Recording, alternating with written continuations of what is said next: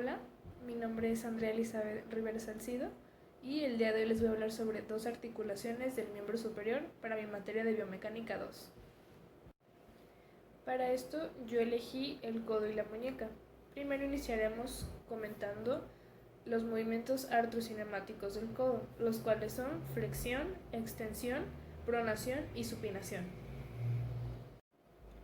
Siguiendo de esto, comentando los movimientos osteocinemáticos, los cuales son pronación, supinación, extensión y flexión. Como sabemos, el codo se compone por sus principales huesos, los cuales son el húmero, que es el hueso del brazo, el cúbito, que es el hueso más largo a nivel del codo y se encuentra al lado opuesto del pulgar, y el radio, el cual es el hueso más delgado a nivel del codo y se encuentra del mismo lado del pulgar. Ahora proseguiremos a hablar sobre las articulaciones que lo componen. Como sabemos, la articulación del codo es una sinovial que une al brazo con el antebrazo y está constituido por la articulación húmero-cubital, húmero-radial y la articulación cubital proximal. La articulación húmero-cubital, además de estar formada por las superficies de los huesos cúbito y húmero, también está conformada por los ligamentos que son parte de la articulación del codo. Es decir, que unida con la articulación húmero-radial entre el húmero y el radio y la articulación radio-cubital entre el radio y el cúbito, forman lo que se conoce como la región del codo. La articulación húmero-radial es de tipo condilartrosis y la cual tiene movimientos de flexión, extensión, rotación y pronosupinación. Sus superficies articulares son el húmero, que se encuentra en el cóndilo del húmero de forma esférica, y el radio, que se encuentra en la carilla cóncava del radio. Y por último tenemos la articulación radiocubital proximal, que es de tipo trocoide, la cual tiene movimientos de pronosupinación, supinación del antebrazo. Sus superficies articulares son la cabeza del radio y la cavidad sigmoidea menor. Algo que se debe tener en cuenta respecto a esta articulación es que tanto la flexión como la extensión solo pueden darse gracias al mismo trabajo que realizan en conjunto las articulaciones en presencia del ligamento anterior, posterior, transverso, lateral y el anular. Esta última que mencioné es muy importante para el codo, porque conecta la cabeza radial con la cavidad sigmoidea cubital de la articulación radiocubital superior. Y también no nos podemos olvidar de los músculos, los cuales también participan en estos movimientos. Empezando por el tríceps braquial, el cual es un músculo de 3 cabezas a las cuales se le denomina bastos. Basto interno, externo, medio o largo. Este ocupa prácticamente la cara posterior del húmero, salvo su segmento posterior que está ocupado por el deltoides, el cual es un músculo que ayuda a aumentar la tensión que éste puede ejercer.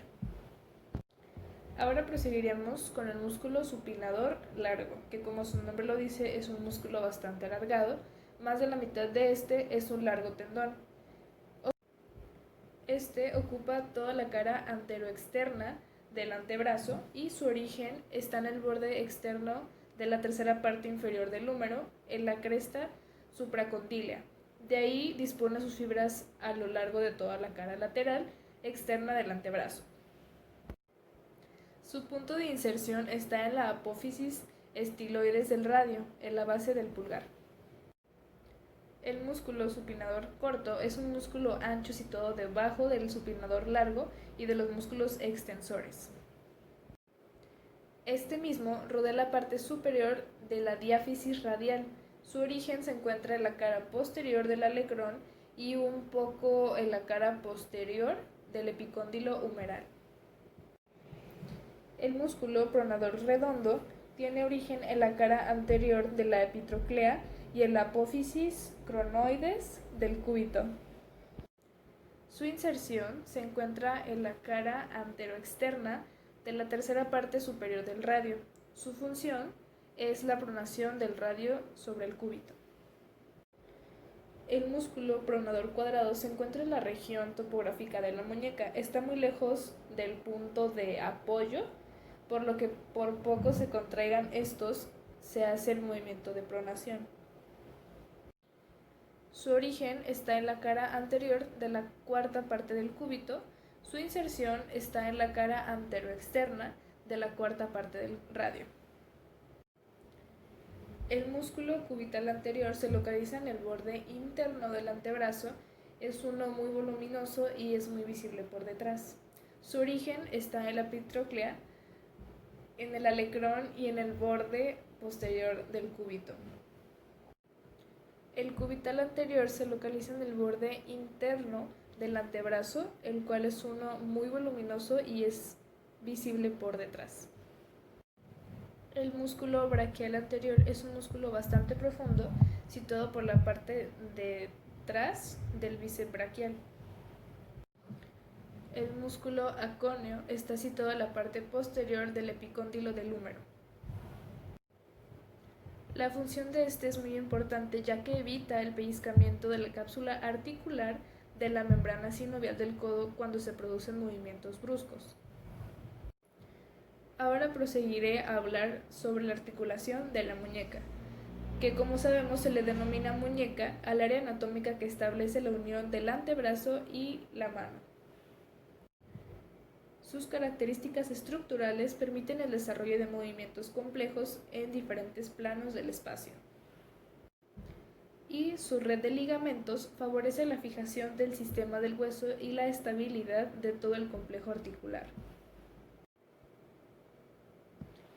Es una articulación condilia y esta se forma por un complejo conjunto de articulaciones formado por la articulación radiocarpiana elipsoidea entre las carillas de la superficie articular del radio y los huesos escafoides y semilunar del carpo. De aquí le sigue la radiocubital trocoide, que como su nombre lo dice, es una articulación trocoide que se encuentra entre la cavidad sigmoidea de la cara interna del radio y la de la cabeza cubital. Y para esto se describen también los ligamentos que lo componen, los cuales son los extrínsecos, dorsales y palmares, que son mucho más potentes, los cuales unen los huesos del antebrazo con el carpo. También tenemos a los ligamentos intrínsecos, que son menos potentes, que se relacionan con los huesos del carpo entre sí.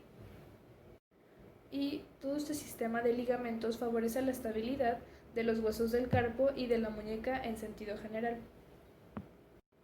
Y los principales músculos que intervienen en el control de los complejos movimientos articulares de la muñeca son el flexor cubital del carpo, el flexor radial del carpo palmar largo, que interviene para el movimiento de flexión,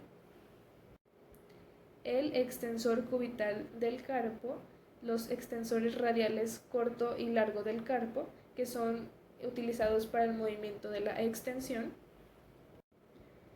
el flexor cubital del carpo y extensor cubital del carpo, los cuales participan en el movimiento de aducción.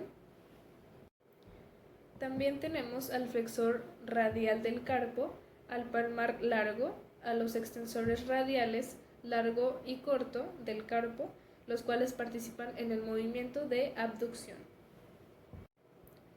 Y ahora tenemos la osteocinemática, que como sabemos en la muñeca se limita a 2 grados de libertad y sus movimientos son de flexión, extensión, desviación cubital y radial.